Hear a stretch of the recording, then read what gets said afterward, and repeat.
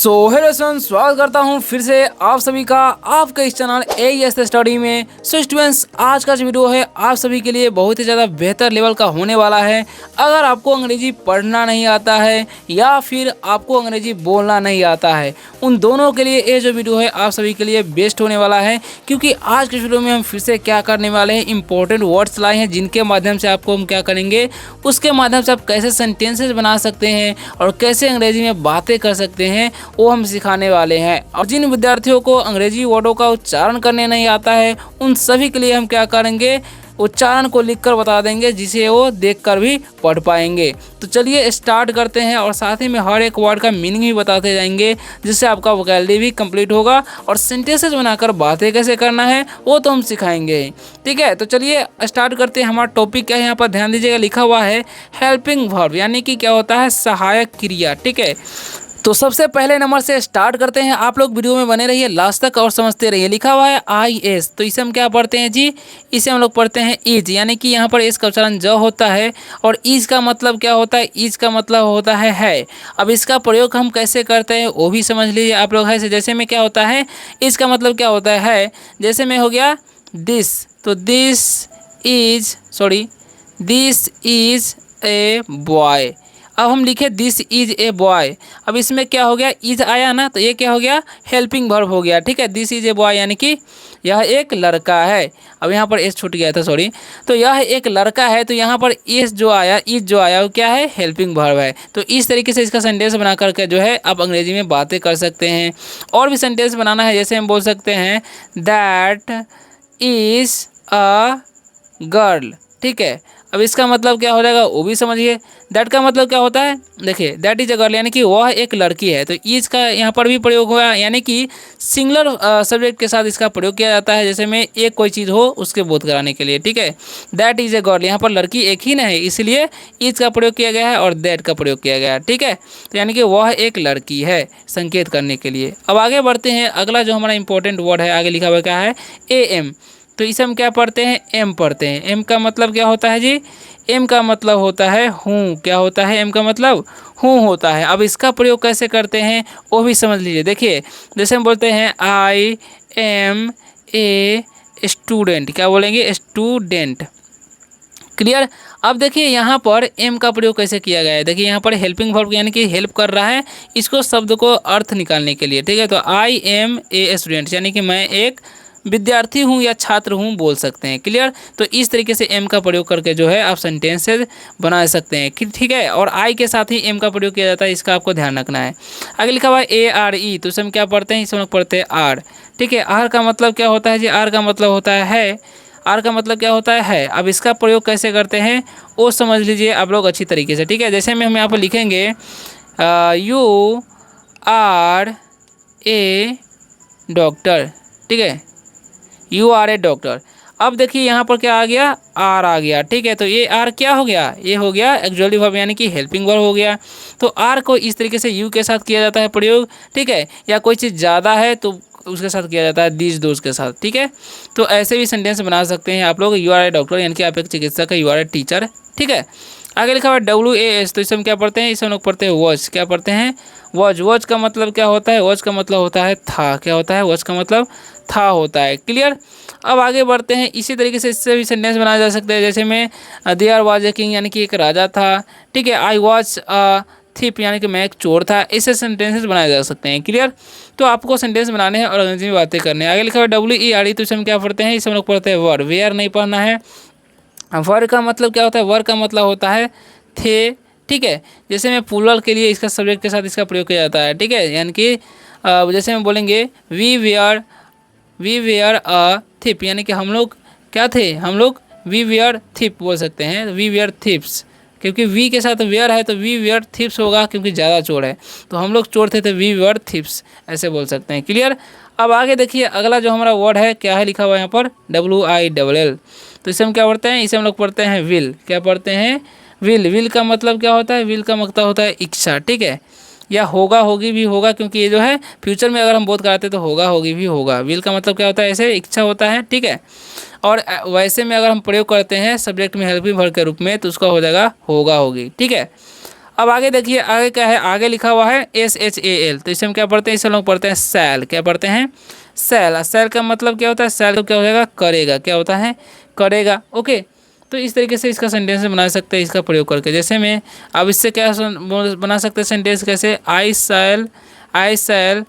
शैल ईट, यानी कि मैं खाऊंगा। आई शैल ईट ऐसे बोल सकते हैं। आई शैल रन, यानी कि मैं दौड़ूंगा, ऐसे बोल सकते हैं। ठीक है, अब आगे देखिए, आगे क्या लिखा हुआ है, HAS, तो इसे हम क्या पढ़ेंगे, हैज। क्या पढ़ते हैं, हैज पढ़ते हैं। हैज का मतलब क्या होता है, हैज का मतलब होता है पास है। ठीक है, हैज का मतलब क्या होता है, पास है। ओके, जैसे मैं बोलेंगे ही हैज़ अ कार, यानी कि उसके पास एक कार है। ठीक है, ही हैज़ अ साइकिल, यानी कि उसके पास एक साइकिल है। ऐसे सेंटेंस बना सकते हैं। क्लियर।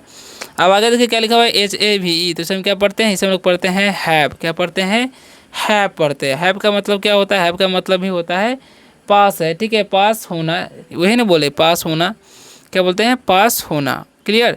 तो जैसे हम किसी को बोलते हैं you have a car, you have a bicycle, you have a train, ऐसे बोल सकते हैं कुछ भी। यू हैव अ यानी कि जिसके पास का होने का बहुत होता है, तो हैव का प्रयोग करते हैं। ठीक है, यानी कि तुम्हारे आपके पास एक गाय है, तो क्या बोलेंगे, यू हैव अ काऊ। ठीक है, आगे लिखा हुआ है HAD, तो इसे हम क्या पढ़ते हैं, इसे हम पढ़ते हैं हैड। हैड का मतलब क्या होता है जी, हैड का मतलब होता है था, थे, थी। क्या होता है, था होता है। जैसे हम बोल सकते हैं, इससे सेंटेंस कैसे बनाना है, आई हैड अ कार, यानी कि मेरे पास एक कार थी, ऐसे भी बोल सकते हैं। क्लियर। अब आगे बढ़ते हैं, आगे क्या लिखा हुआ है उसे समझते हैं। तो आगे लिखा हुआ है DO, तो इसे हम क्या पढ़ते हैं, डू। डू का मतलब क्या होता है, करना होता है। क्या होता है, करना। अब इसको जो हम एक्चुअली फॉर्म में कैसे प्रयोग करते हैं, जैसे में व्हाट डू यू वांट, यानी कि तुम क्या चाहते हैं, तो यहाँ पर डू आया ना, तो इस तरीके से अब इसका भी प्रयोग कर सकते हैं। अब आगे देखिए क्या लिखा हुआ है DOAC, तो इसे हम क्या पढ़ते हैं, इसे हम लोग पढ़ते हैं डच। क्या पढ़ते हैं, डच। तो डच का मतलब क्या होता है, डच का मतलब भी वही होता है किया। ठीक है, या करता है, ऐसे ही बोल सकते हैं। क्या हो गया, करता है। जैसे में डू का पांचवा वर्ब क्या होता है, डच होता है ना, उसी तरीके से ये हो गया, तो करता है हो जाएगा। ठीक है, तो अब आगे बढ़ते हैं, आगे का जैसे में सी डज नॉट रीड, यानी कि वो नहीं पढ़ती है, ऐसे सेंटेंस बना सकते हैं। ठीक है, अगले के बाद DID, तो इसे हम क्या पढ़ेंगे, डिड। डिड का मतलब क्या होता है जी, डिड का मतलब होता है किया। क्या होता है, किया। ठीक है, ही डिड नॉट रन, यानी कि वह नहीं दौड़ा, ऐसे बोल सकते हैं। इसका पास्ट में बोध होता है, पास्ट में सब्जेक्ट बनाए जाते हैं। आप लोग कहेंगे तो हम ग्रामर का भी क्लास लाएंगे, अगर आप लोग चाहते हैं तो कमेंट कर सकते हैं।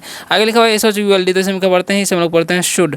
क्या पढ़ते हैं, शुड। शुड का मतलब क्या होता है जी, शुड का मतलब होता है चाहिए। क्या होता है, शुड का मतलब चाहिए होता है। शुड का मतलब क्या होता है, चाहिए। क्लियर।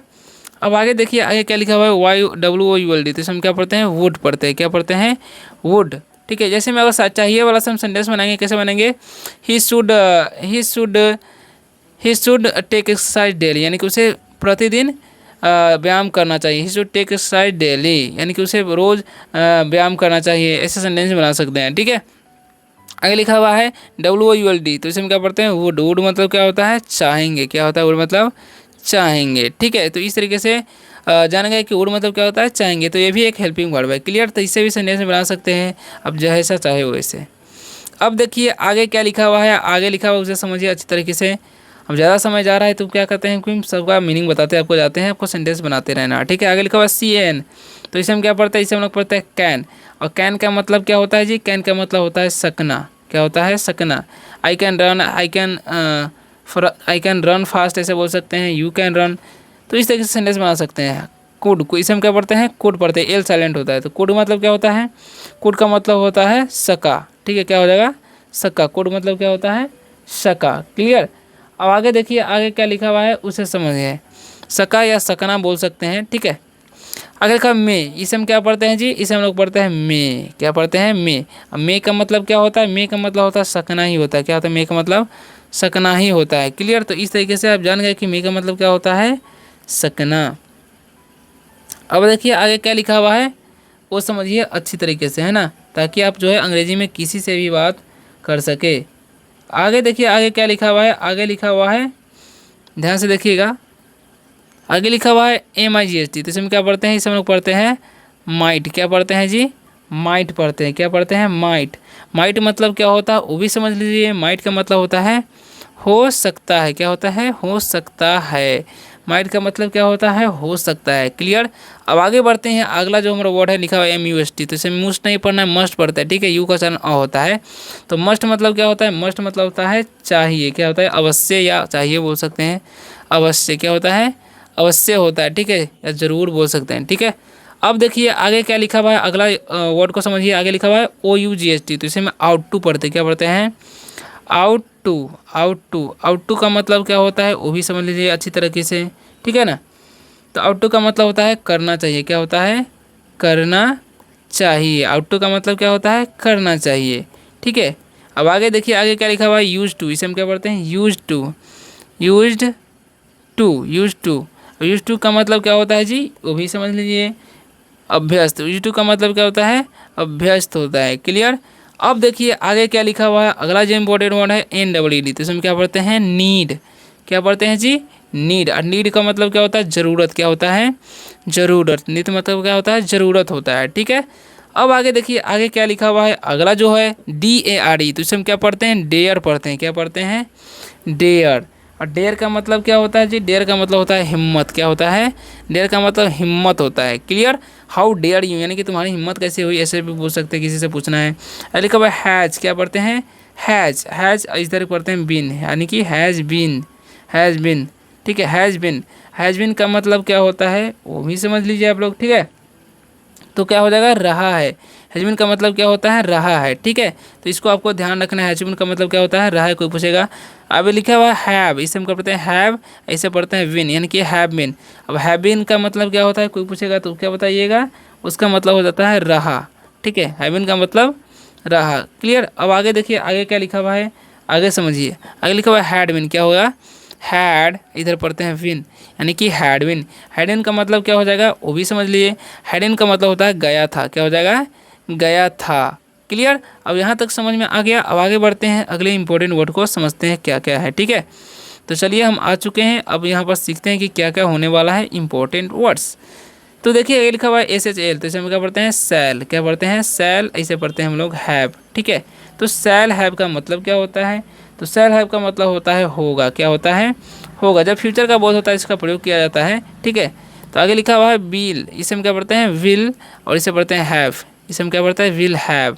विल हैव का मतलब क्या हो जाएगा, उसका मतलब भी सेम ही होगा, क्योंकि सेल हैव विल हैव दोनों एक होता है जो ही सी इट के साथ किया जाता है, और एक आई बी के साथ किया जाता है। जैसे में सेल को सेल हैव हो गया, जो आई और वी के साथ किया जाएगा, और ये जो है यू बी ही सी इस के साथ, ठीक है, यानी कि थर्ड पर्सन के साथ इसका किया जाता है।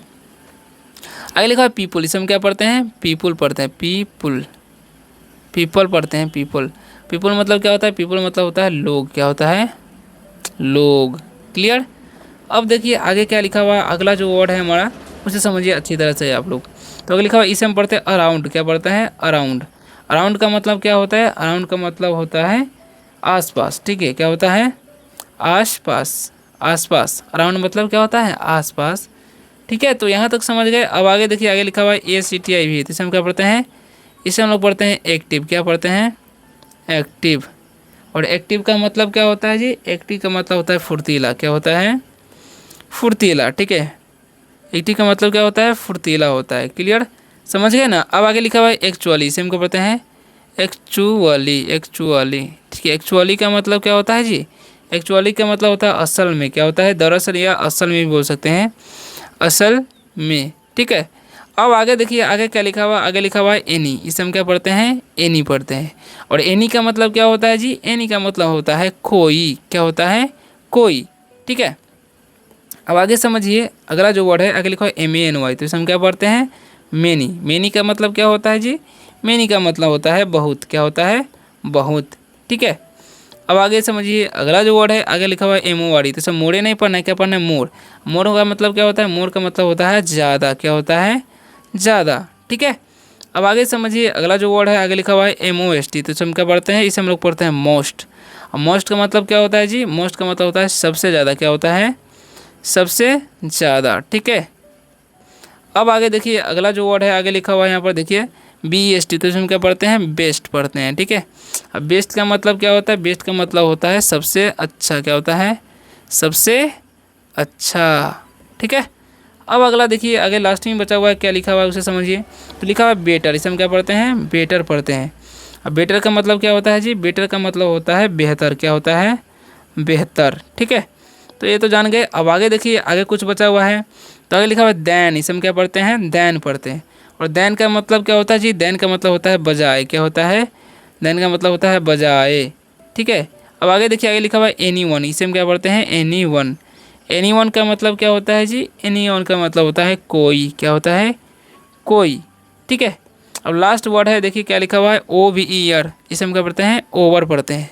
ओवर का मतलब क्या होता है, ओवर का मतलब होता है ऊपर, ठीक है, ओवर का मतलब होता है ऊपर। सो स्टूडेंट्स, आशा करता हूँ कि आज के इस वीडियो से आप सभी को बहुत कुछ सीखने को मिला होगा। अगर वीडियो अच्छा लगे वीडियो को लाइक कीजिए और चैनल को सब्सक्राइब कर लीजिएगा। इसी तरह से अंग्रेजी पढ़ना लिखना बोलना सीखने के लिए। तो मिलते हैं किसी और में, तब तक ले बाय, टेक केयर।